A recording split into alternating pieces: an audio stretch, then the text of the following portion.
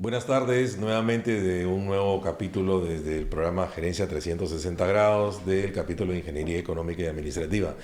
Hoy vamos a hablar de, entre dos temas relevantes sobre el liderazgo y el tema de gestión de equipos, con la experiencia de nuestro invitado del día de hoy, Alberto Barnechea. Él es economista, docente de la Escuela de Posgrado de la Universidad del Pacífico, de la Escuela de Gestión Pública.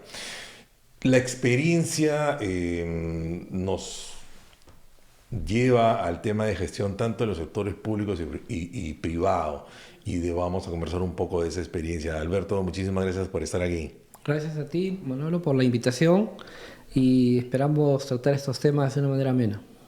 Sí, bueno, para nosotros desde el capítulo de Ingeniería Económica y Administrativa, que es un capítulo que reúne diversas especialidades de ingeniería que se dedican a la gestión, a la gerencia, vemos siempre la gestión desde la parte pública y la parte privada. Y precisamente ahí es donde en esta conversación queremos tener el importante aporte de tu experiencia en el tema de liderazgo y gestión de equipos, tanto en las instituciones públicas, en las instituciones privadas, en las que has venido liderando numerosos equipos multidisciplinarios. Cuéntanos un poco cómo es que desde este enfoque, tu experiencia, nos puedes brindar información. Gracias. Sí, mira, en verdad, en los 80s, me acuerdo cuando se popularizaba el tema del liderazgo y toda esta corriente, iba orientada más hacia el sector privado, digamos, ¿no? Pero ya en los 90s, con las reformas que se dieron en el Estado a nivel de América Latina en general, el sector público fue adoptando también estos modelos, que 10 años antes habían sido bastante trabajados en el mundo privado. Con el favor de Dios he tenido la oportunidad de trabajar en ambos lados y ver cómo el mejor performance que se obtiene como resultado en la gestión en general, tanto en el ámbito privado como el público, tiene justamente que ver en el descanso en el equipo de trabajo. Cuando tú llegas a un lugar, tomas una dirección, eres CEO de una empresa privada o estás a cargo de una gerencia en el sector público, armar, rearmar, recomponer, darle funciones, entregarle a ellos responsabilidades y sobre todo contarles lo que quieres hacer desde el inicio y ir con ellos en el camino es la base para todo buen resultado. Muchas veces entramos a un lugar y entramos con algún prejuicio, ¿no? Y decimos, bueno, ¿quiénes son los que trabajan y quiénes son los que no? Y como que separas de uno del otro. He aprendido en el camino que no es lo correcto, sino todo lo contrario. Incluso aquellas personas que pueden no caerte bien, en la medida en que tú puedas conversar con ellas, contarle lo que vas a hacer, explicarle un poco el sentido de para qué lo hacemos y sobre todo mostrar los beneficios en el caso del mundo privado al cliente y en el caso del mundo público el ciudadano, haces que se comprometa y al comprometerse aporta y al aportar te maravillas luego del resultado, ¿no? Porque te sorprendes ver que tenía mucho que opinar, mucho que aportar y lo habías en un principio pensado dejar de lado, digamos, ¿no? Eso es algo que es muy rico y lo he visto en ambos lados. Y también entre equipos no es sano, aunque pueda parecer un poquito, de repente para algunos que no les gusta, es competir en el buen sentido de la palabra, ¿no? Ver que un equipo se esfuerza frente a otro equipo, a otro departamento que también está tratando de colaborar y hacer esta suerte de intercambio de conocimientos con otras instituciones, con otros equipos que también suman y hacer estos trabajos de manera colegiada. En el mundo privado sería con los proveedores muchas veces, desarrollo de productos. Es también muy rico porque el equipo siente que tiene otro reto, ¿no? Afuera, no solo adentro, y eso hace que también los resultados se maximicen, ¿no? El compromiso es lo que gira como un, digamos, imán para que todos los equipos, si son multidisciplinarios, ya tienen un mismo objetivo y como lo comentas, esa parte de comprometer a las personas lleva a tener este éxito. Así es. Nos comentaste de este escenario que hace unas décadas hablar de la gestión pública distaba mucho de la gestión privada y que era como quizás estigmatizado y ver una parte burocrática.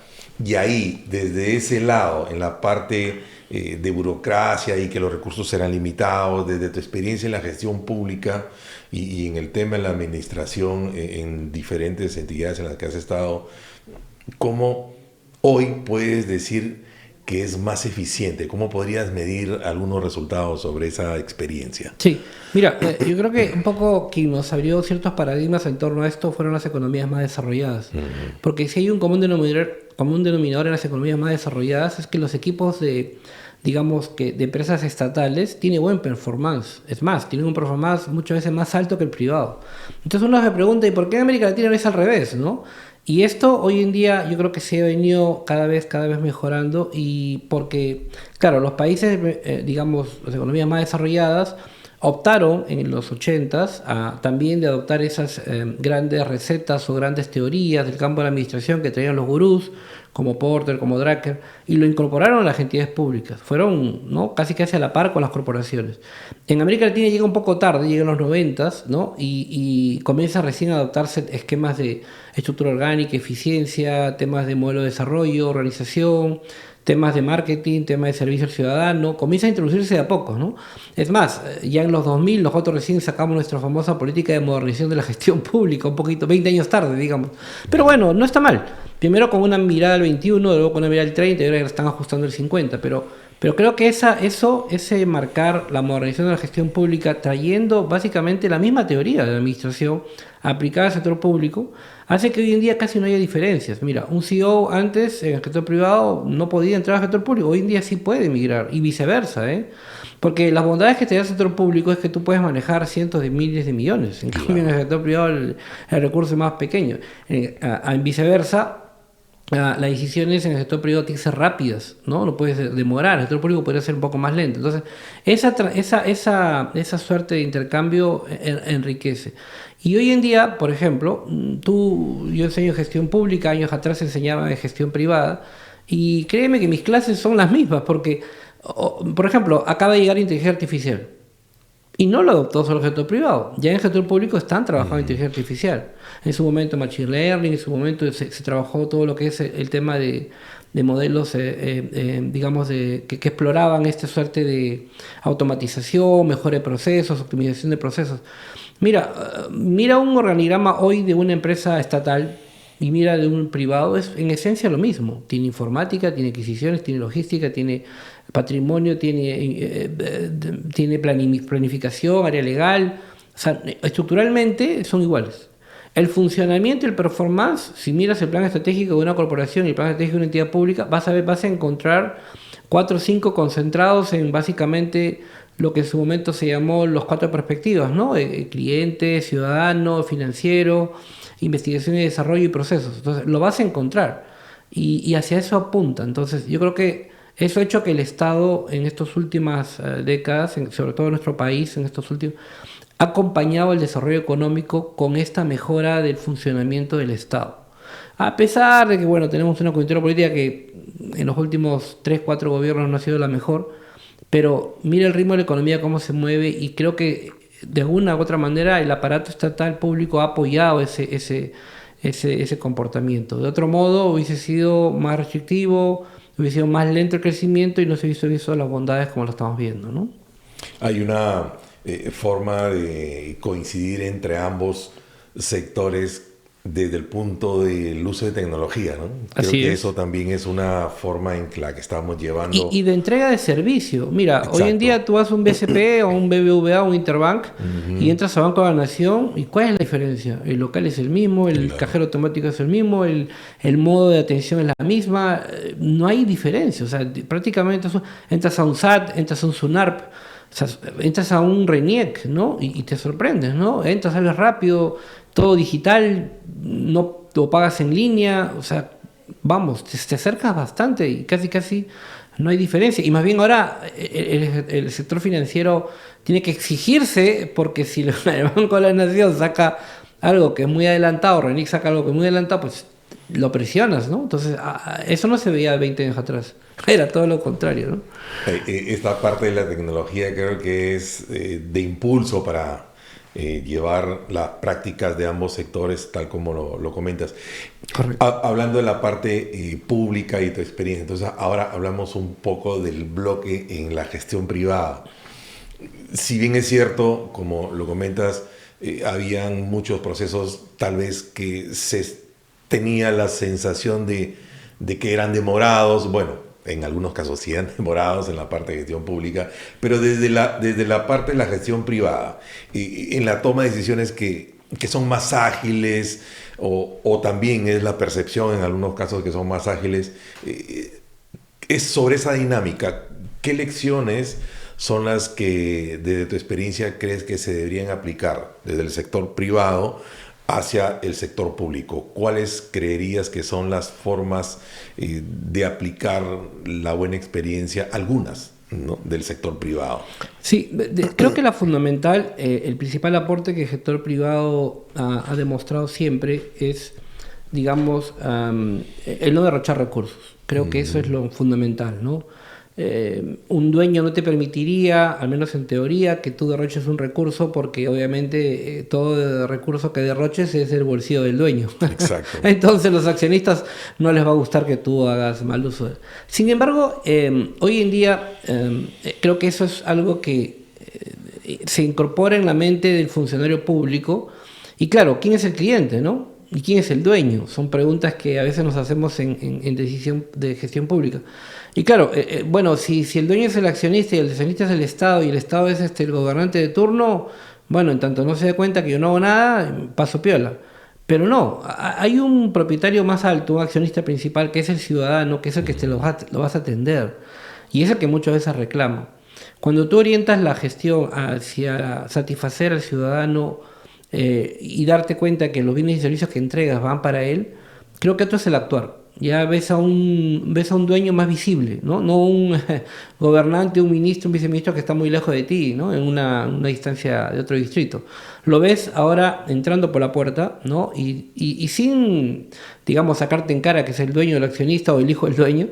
Tienes que verlo con esos ojos, y cuando lo ves con esos ojos, tu comportamiento es natural de simplificar procesos, de atenderlos bien, de pensar en darle comodidades de que no venga tantas veces, de uso de la tecnología. Te das cuenta que no tiene, así como tú no tienes tiempo, él tampoco tiene tiempo, te pones en los pies del otro, y así con eso comienzas a diseñar productos y servicios que son más acordes a lo que realmente se necesita.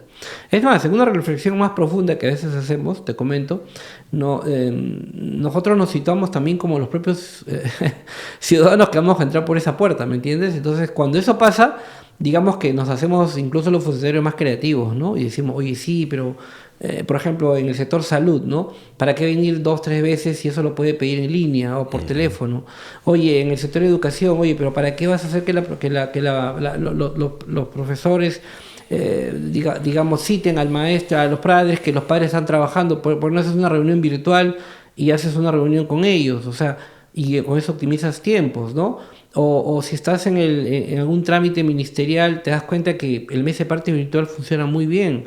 Y el tema también de los canales tipo chatbox, tipo uso de herramientas de contacto virtual o digital o telefónico funcionan, ¿no? Yo creo que cuando haces esa reflexión, otro es el producto que diseñas. Y sobre todo ves que la ciudadanía ya se pone más contenta también, ¿no? Las quejas y reclamos bajan y todos como que sienten que han hecho algo interesante. Yo creo que, como tú dijiste hace un momento, la tecnología es fundamental, pero hay que orientarla siempre al servicio del ciudadano para simplificar procesos, mejorar satisfacción y ahorrar mucho dinero al Estado, ¿no? Esa parte del ahorro del recurso, sea dinero o sea recurso de horas hombre, es tal vez el mensaje que nos quieres hacer llegar desde la parte de la práctica privada, ¿no? Que es esa mirada de cómo los accionistas o los dueños, como lo comentas, ven de alguna manera el retorno. En el caso del privado, el retorno en utilidades o en ganancias. Y por qué no también en la parte pública verlo así, porque utilizar menos recursos, en el caso que nos comenta de salud, si los pacientes hacen desplazamientos innecesarios, utilizan lugares que deberían utilizarse para otras cosas. Y ahí en esa parte de salud, pues sabemos que también tu experiencia ha sido muy amplia en el sector salud, en el Ministerio de Salud, en el Salud. Hace poco estuviste también ahí en la última gestión en el Salud. Y en esta parte también de tu especialización, aparte de gestión pública y tu experiencia en la parte privada, sobre esta especialización en economía y en la salud, ya que nos estás comentando en la parte de salud.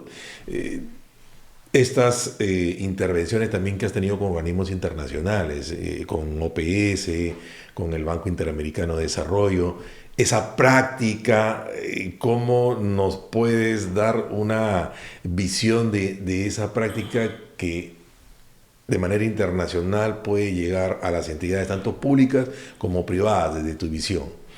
Correcto. Mira, una de las bondades de tener esta suerte de integración como país, ¿no? Ser una economía abierta, es que permite, digamos, acceder a todo tipo de ayudas o beneficios de entidades cooperantes.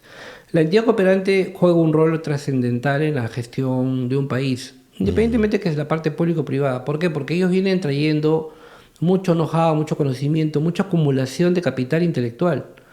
O sea, ya gobiernos que ya pasaron por 40 estrategias que tú te puedas imaginar, ya lo simplificaron tipo algoritmo de IA y te dijeron, mira, esa ruta que tú estás pensando hacer ya lo hizo Sudáfrica y no le funcionó, pero sí hizo esta variante y sí funcionó. Entonces, esta que tú te acabas de imaginar, España también la emprendió, pero mira, hizo otros ajustes y le salió mejor. Entonces, ya cuando tú interactúas con estos organismos de cooperación, ya MSBI, Banco Mundial, OIT, OPS, CAF y todos ellos, tú ves la riqueza del debate porque permite diseñar, co-crear, prototipar, digamos, políticas o estrategias bastante aterrizadas, ¿no? Y bastante, digamos, acordes a tu realidad.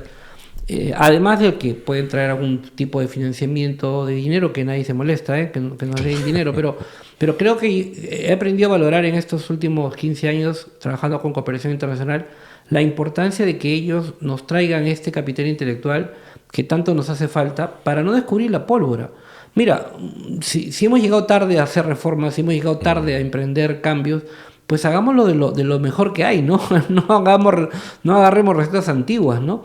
Y yo creo que felicito la iniciativa de los gobiernos, de todos querer formar parte de los países de la OECD. Creo que es fundamental que nuestro país ingrese también, porque va a poder también tener este intercambio face to face con los países que ya pelearon por este tipo de reformas de sector público, de mejora de su economía, de políticas que permiten, digamos, crecer sosteniblemente. Creo que el acceso a ese club de países va a robustecer aún más las entidades públicas, porque vamos a poder conversar con nuestros pares allá de esta cantidad de países que les está yendo mucho mejor que nosotros y que han logrado tener un desarrollo, digamos, sostenible, ¿no? Comparado con países que no están dentro del club de la OCDE. Entonces yo creo que el rol que juegan fundamentalmente estos organismos de cooperación y asistencia técnica es eso, ¿no? Es transferirnos conocimientos, capital intelectual, ayudarnos a simplificar la etapa de diseño, de creación de las estrategias y políticas y ponerse en una posición bastante neutral. ¿En qué sentido lo digo? No es que el público es malo, el privado es bueno, ni viceversa, ni que el ciudadano es un angelito tampoco. O sea, trata de equilibrar, digamos, el juego de actores y mostrar los intereses de cada uno y tratar de conciliarles un punto de equilibrio que sea aceptable para el país, ¿no? Yo que estoy en el sector salud, que como bien comentas, hay intereses, ¿no? Hay interés de parte del gremio profesional de la salud, ¿no? Obvio, pero hay también intereses de la industria farmacéutica, es natural. Hay intereses también de los proveedores, hay intereses de los sindicatos, hay intereses del gobernante de turno. Entonces hay que ver cómo lo conciliamos para que el beneficiario siga siendo el asegurado, que es a fin de cuentas el que importa, ¿no? Lo mismo en caso del sector salud, ¿no? Entonces creo que ahí es donde esta riqueza de este conocimiento, de esta batallar que los organismos de cooperación asisten a países de toda parte del mundo, cuando nos traen esos elementos de políticas y estrategias y las implementamos, creo que ahí es donde nosotros ganamos mucho. Repito, más allá del financiamiento que a veces nos ponen para los proyectos, ¿no? No hay que redescubrir técnicas ni procesos y desde este lado de la ayuda internacional, la cooperación internacional y ser parte de OCDE es precisamente sacar lo mejor de todas esas experiencias. Esta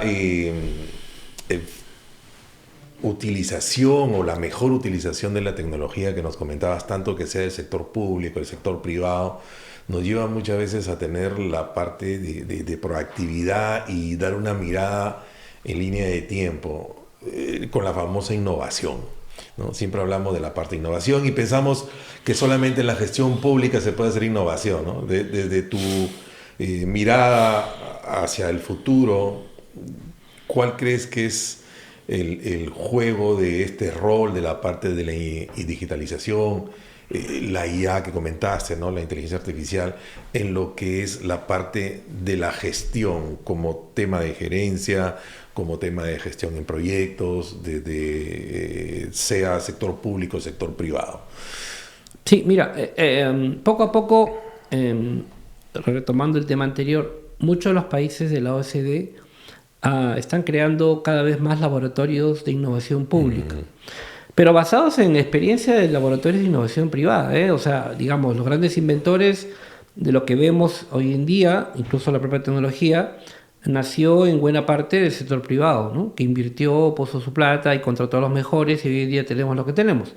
También hubo financiamiento público, es verdad, pero esa experiencia de esos laboratorios de innovar, en la que tú dices y reconoces que no lo puedes hacer solo con tu propio personal, ¿no? Sino tienes que hacer copartícipe a otros actores, ¿no?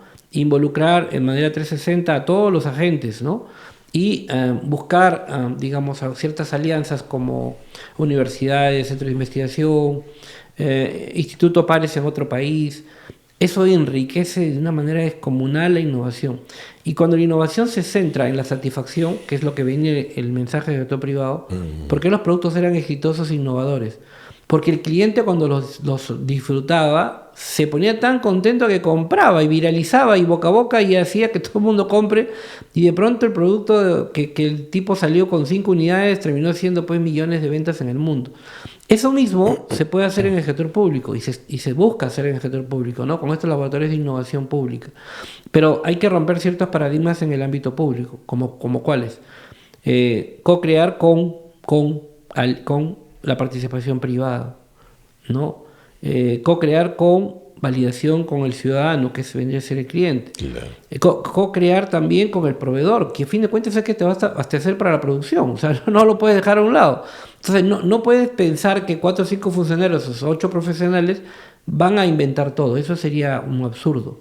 Pero en esta lógica de innovación, y por eso estoy muy de acuerdo con esta orientación que la PCM dio años atrás sobre la modernización de la gestión pública, un eje importante era los gobiernos abiertos, los gobiernos electrónicos, y esta suerte de co-crear y prototipar con alianza pública y privada. Creo que eso es fundamental. Uno a veces se admira cómo los países asiáticos han logrado hacer estas alianzas privadas-públicas, que hoy en día para ellos es casi lo mismo, ¿no? El mejor ejemplo es Corea del Sur, ¿no? En Corea del Sur de pronto llega una delegación a una reunión protocolar de funcionarios públicos y de pronto se aparece con todos sus empresarios, ¿no? Y uno se asusta, ¿no? ¿Cómo vamos a juntarnos con los empresarios? Pero para ellos es natural que el público y privado es uno mismo, porque el país es uno solo, no está dividido en dos. Para nosotros todavía nos cuesta, ¿no? Porque hemos tenido problemas de corrupción y cree que si tú te juntas y tomas una foto con un privado, ya estás en conversaciones para algo.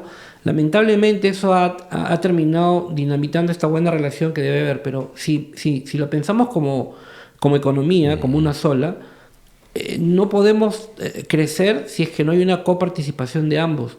No solamente para la actividad económica, sino que incluso desde la etapa de diseño, que es la innovación, el prototipado, la creación de productos y servicios nuevos, necesitamos tener este acto.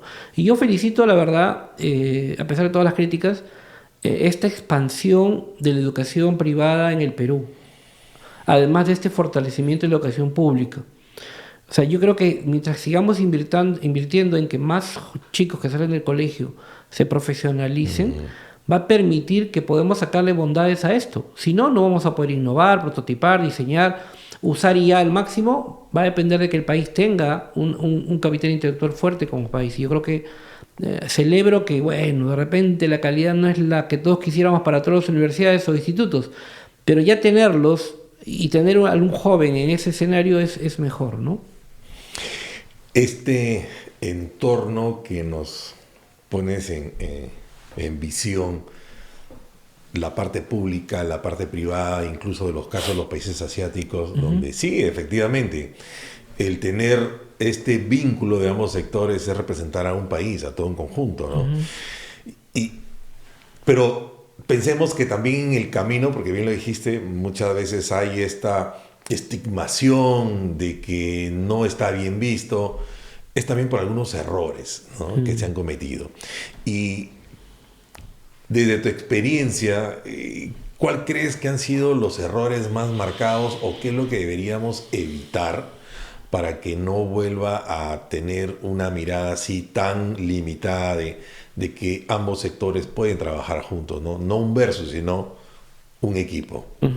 Un reto que todavía tenemos y creo que no hemos sabido introducir al máximo en entidades públicas tiene que ver con el tema de la transparencia, ¿no? Justo hace poco te comento, estábamos viendo toda una discusión acerca de aprobar nuevas tecnologías, por ejemplo, para el ámbito de la salud. Tecnologías costosísimas, de 350.000, 400.000 soles por año por paciente, ¿no? Y el debate giraba en torno a que yo hago la evaluación, pero después no están de acuerdo con la evaluación, con los resultados que yo hago de la evaluación.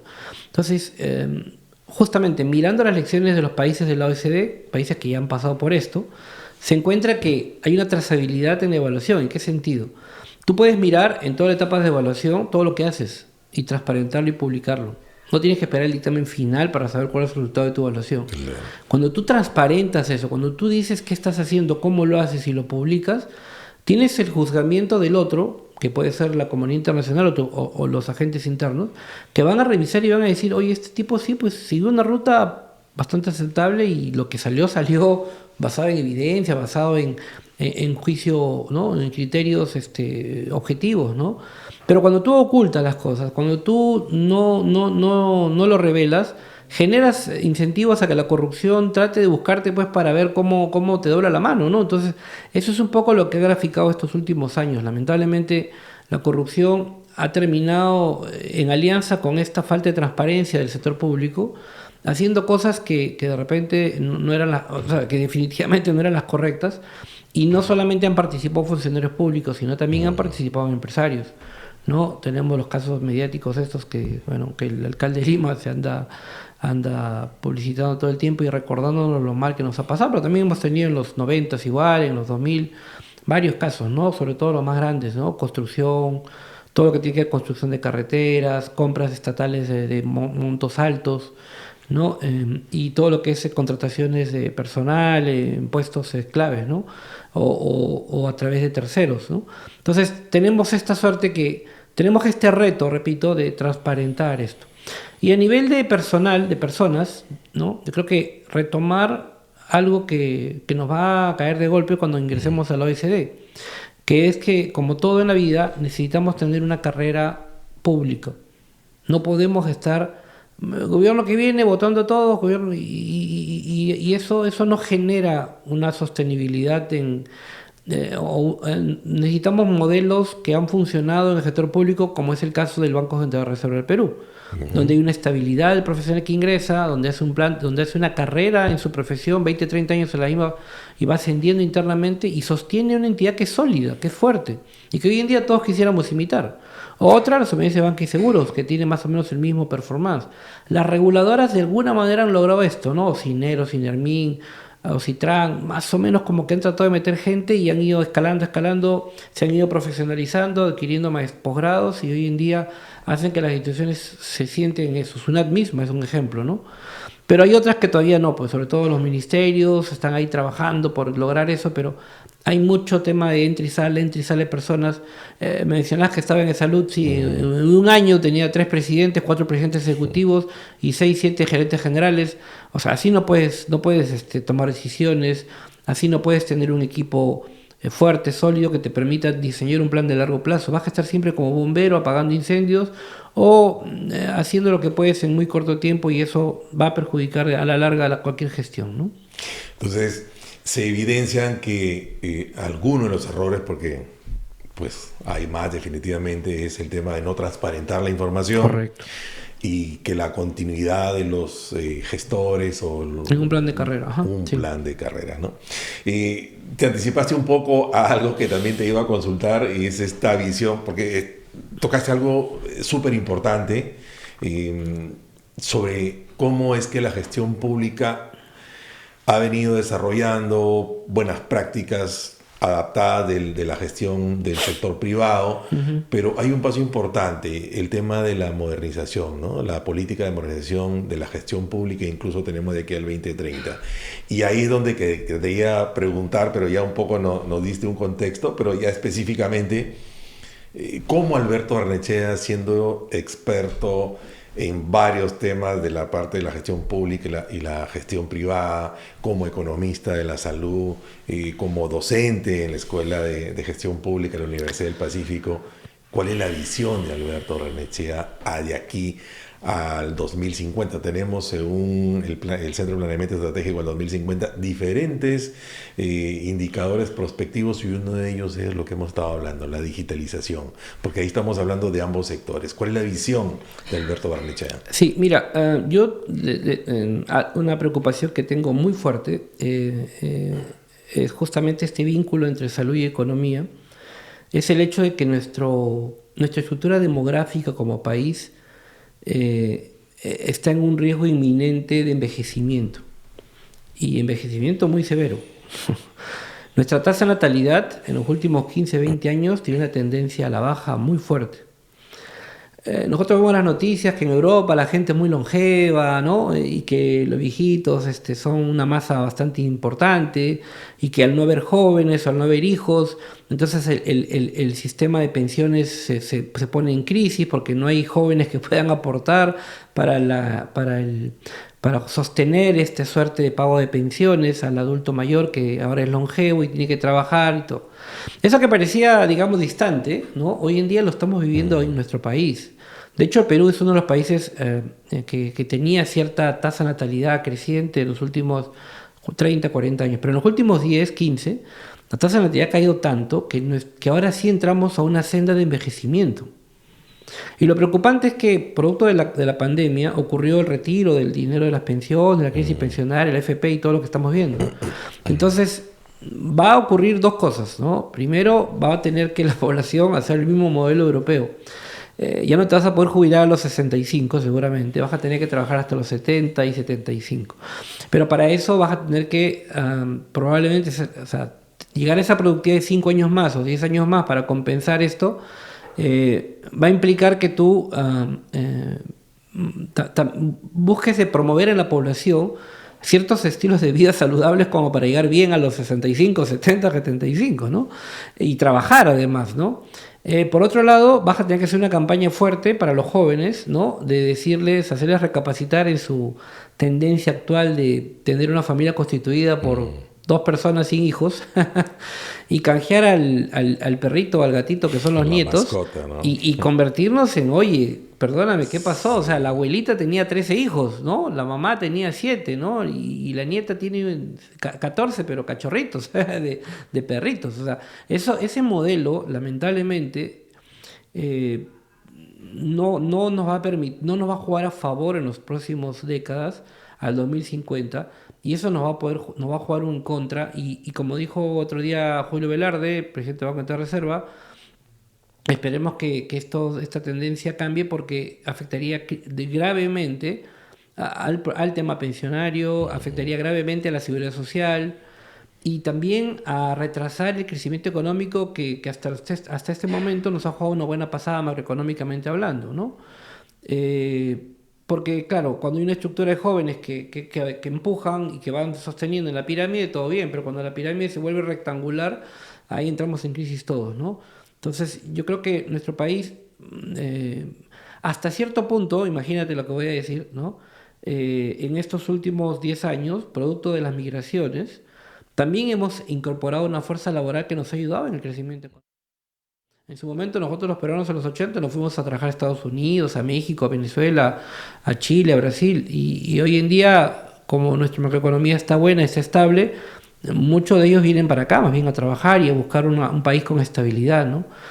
20 años de estabilidad económica o 30 años de estabilidad económica, macroeconómicamente hablando, hace que cualquier ciudadano alrededor, cualquier vecino venga aquí a planificar su vida. Y es la verdad, porque lamentablemente los países vecinos no andan bien, ¿no? Entonces yo creo que ahí vamos a tener un gran reto. Creo que en nuestro país, a Dios gracias, somos muy ricos en recursos naturales. Creo que la tecnología que hoy en día existe para explotar minería, hace poco había el Centromin, que creo que han estado ustedes también, está facilitando la labor de planificación, detección, explotación de nuevos minerales. Y nosotros tenemos pues realmente proyectos tirados y de megaproyectos de miles de millones de dólares de envergadura. Eso creo que vamos a tener que capitalizarlo también a la largo en los próximos 20, 30 años para saber cómo llevar ese dinero, ese capital a crecimiento sostenible y comenzar a mejorar el nivel de bienestar, que es lo que a fin de cuentas queremos, ¿no? Hay un reto todavía por expansión de crecimiento económico hacia el sur del país, que creo que también hay que ver cómo lo llevamos. Pero esos son los desafíos y retos, y yo me muestro optimista, como todos los empresarios que han votado y los funcionarios del sector público que han sido encuestados en el CAD y en este evento, de creer que nuestro país, con el favor de Dios, va a seguir por esta senda de mejora y bienestar. Alberto, muchísimas gracias. Toda esta información que nosotros recibimos del lado de tu expertise, para nosotros es un capital grande. Nos queda claro que de la parte pública y la parte privada, para poder llegar a estas cifras prospectivas que están dentro de las políticas públicas, se tiene que hacer una combinación como ya las que se viene haciendo, y sobre todo el desarrollo de la tecnología. Este ha sido un programa más desde Gerencia 360 grados, desde el capítulo de Ingeniería Económica y Administrativa. Muy agradecido, y estamos en una próxima edición.